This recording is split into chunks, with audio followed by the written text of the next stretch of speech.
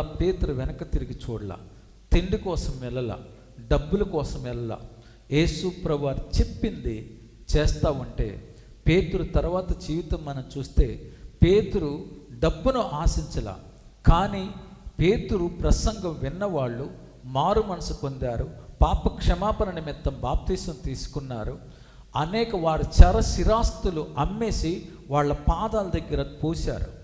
మనము లోకాన్ని ప్రేమించకుండా, లోక సంబంధమైన వాటిని ప్రేమించకుండా దేవుని చిత్త ప్రకారముగా మనం నడిస్తే ఈ లోక సంబంధమైన సంపద వాటి గురించి మనం పరిగెత్తాల్సిన పనిలా అవి మన కాళ్ళ దగ్గరకు వస్తాయి.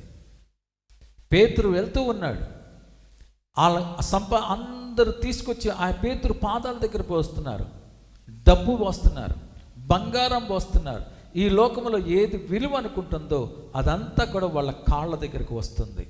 అయితే పేతురు